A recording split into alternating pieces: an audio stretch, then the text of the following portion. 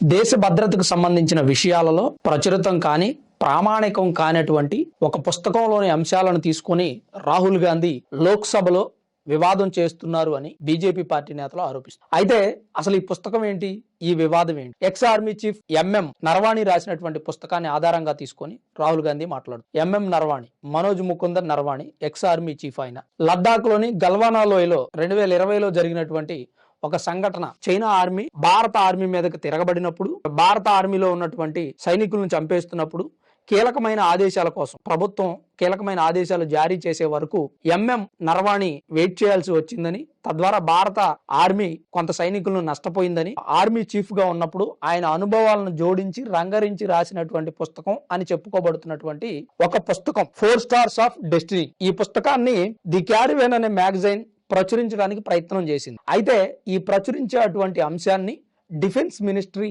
అడ్డుకుంది. ఎందుకంటే defence ministry నుంచి permission రావాలి. కీలకమైనటువంటి శాఖలు, నిఘా వర్గాలకు సంబంధించినటువంటి శాఖలు, దేశ భద్రతకు సంబంధించినటువంటి శాఖల్లో పనిచేసినటువంటి ముఖ్యమైన అధికారులు వారు రిటైర్ అయిన తర్వాత వారి అనుభవాల గురించి పుస్తకాలను రాయాలి అంటే తగిన శాఖల నుంచి పర్మిషన్ తీసుకోవాలి. కొన్ని నియమ నిబంధనలను పాటించాల్సి ఉంటుంది. అయితే అలాంటి నియమ నిబంధనలు పాటించకుండా ఎంఎం నరవాణి ఈ పుస్తకాన్ని రాశారు అనేటువంటి ఆరోపణలు కూడా ఉన్నాయి. అలానే ఆర్ఎస్ఎస్ బీజేపీ యొక్క భావజాలాన్ని వ్యతిరేకిస్తారు అనేటువంటి ఆరోపణలు కూడా ఉన్నాయి. అందుకని ప్రభుత్వానికి వ్యతిరేకంగా ఆ పుస్తకాన్ని రాశారు అని కొంతమంది చెబుతూ ఉంటే, కాదు రాహుల్ గాంధీ గారు కాదని వాదిస్తూ ఉన్నారు. అయితే దేశ భద్రతకు సంబంధించినటువంటి విషయాలని డిఫెన్స్ మినిస్ట్రీ పర్మిషన్ లేకుండా రాసినటువంటి పుస్తకం గురించి ఆధారాలు లేవు, ప్రామాణికంగా కూడా రుజువు కాలేదు, అలాంటి వాటిని మీరు లోక్సభలో ఎలా ప్రస్తావిస్తారు అని చెప్పి ఆయన మాటల్ని గట్టిగా ఖండించారు మంత్రి కిరణ్ రిజిజు, అలాగే అమిత్ షా.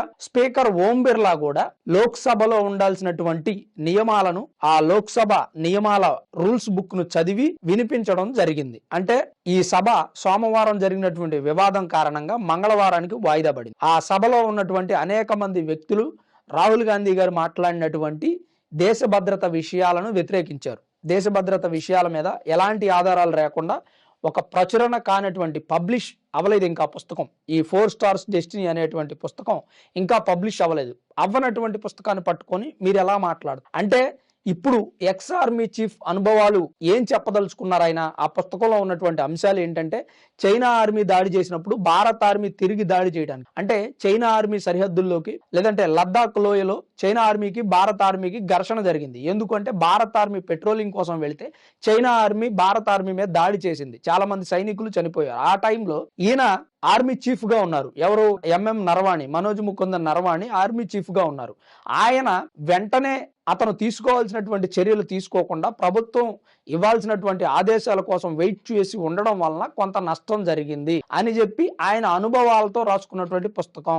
ఆ పుస్తకంలోని కొన్ని పేజీలను ఆధారంగా చేసుకుని రాహుల్ గాంధీ లోక్సభలో తన గళాన్ని వినిపించే ప్రయత్నం చేశారు. ఇది ఎంతవరకు కూడా అంటే, ఒక రకంగా డిఫెన్స్ మినిస్ట్రీ పర్మిషన్ లేకుండా, పుస్తకం ప్రచురితం కాకుండా ఆ పుస్తకంలో ఉన్నటువంటి అనుభవాలని లేదా ఆ పుస్తకంలో తను పర్సనల్ గా రాసుకున్నటువంటి కొన్ని విషయాలను తీసుకొచ్చి లోక్సభలో మాట్లాడడం వల్ల దేశ భద్రతకు విఘాతం కలిగే ప్రమాదం ఉందని ఎన్డీఏ అలయన్స్ ఎంపీలంతా కూడా వ్యతిరేకించడం జరిగింది. వాస్తవానికి మనం నిజంగా మాట్లాడుకోవాలి అంటే, ప్రామాణికం కానటువంటి కొన్ని విషయాలను తీసుకొచ్చి ఆధారాలు లేనటువంటి కొన్ని విషయాలని పుస్తకంలో ఎవరో ప్రచురించారు అని చెప్పి తీసుకురావడం ఓకే. ఎవరో ప్రచురించడం కన్నా ఎక్స్ ఆర్మీ చీఫ్ ప్రచురించారు కాబట్టి వాటికి విలువ ఉంటుంది. ఎప్పుడు డిఫెన్స్ మినిస్ట్రీ అనుమతించినప్పుడు విలువ ఉంటుంది. ఆ శాఖలో ఆయన పనిచేసి రిటైర్ అయ్యారు కాబట్టి ఆ శాఖ యొక్క అనుమతులు తీసుకొని నియమ నిబంధనలను పాటించి రాస్తే ఆ పుస్తకం పబ్లిష్ అయితే అప్పుడు రాహుల్ గాంధీ గారు ఆ విషయాన్ని అక్కడ ప్రస్తావించినట్టయితే ఈ నిన్న సోమవారం జరిగినటువంటి సభలో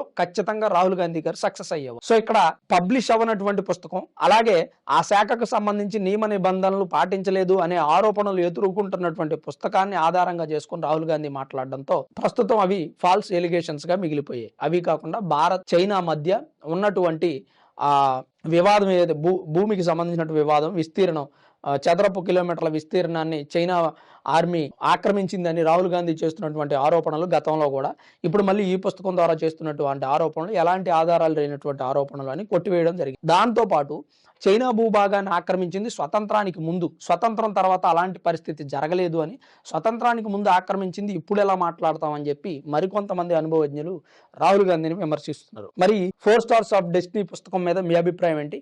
ఎంఎం నరవాణి గారు రాసినటువంటి ఈ పుస్తకం లోక్సభలో వివాదానికి కారణమైంది. దీని గురించి మీ అభిప్రాయాన్ని కామెంట్ రూపంలో తప్పకుండా తెలియజేయండి. Thanks for watching this video. This is Ram signing off సన్మర్ studios.